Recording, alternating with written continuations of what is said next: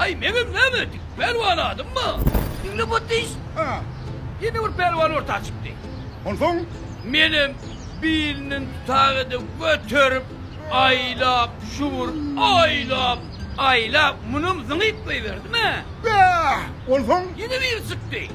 aha. Bunun birinin tutup götürüp şuur aylap pırlap zıngıp koyuverdi mi bunu? Be. Ondan Pelvanın iyisi duran oğa. ondan Ay benim ne mi? Pelvan adım mı? Pelvan 40.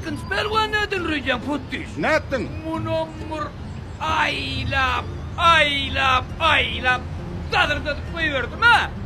Ondan hava Oldum durdum. birden. Burada düşme gana o. Ay halen şey değil de o senem aydı yani.